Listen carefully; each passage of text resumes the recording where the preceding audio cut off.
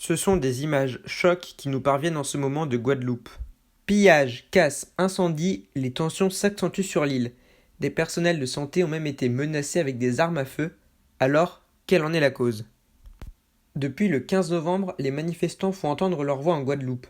Parmi eux, on retrouve des soignants, des personnels médicaux, des pompiers, des employés de l'éducation nationale ou encore de simples citoyens. Tous contestent le vaccin anti-Covid rendu obligatoire pour les soignants et les pompiers.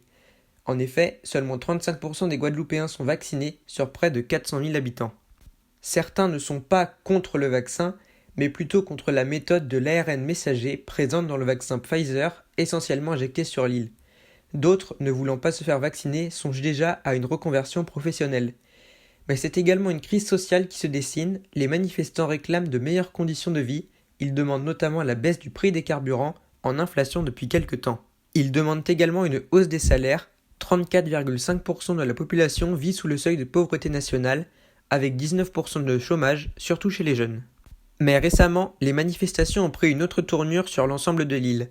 Par endroits, des barrages sont érigés sur les routes afin de bloquer la circulation.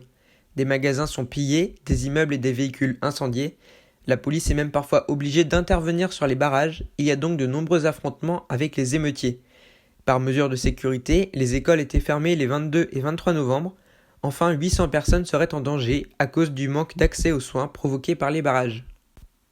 Pour résoudre ce problème, le 19 novembre, un couvre-feu avait été appliqué entre 18h et 5h jusqu'au dimanche 28 novembre afin de faire face aux violences urbaines nocturnes.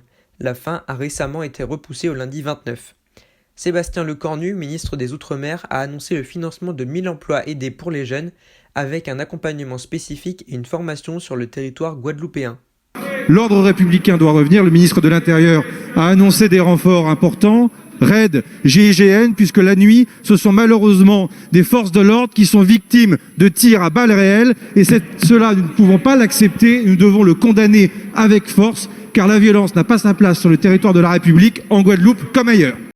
La question de l'autonomie de l'île a été posée lors de réunions ces derniers jours par des élus.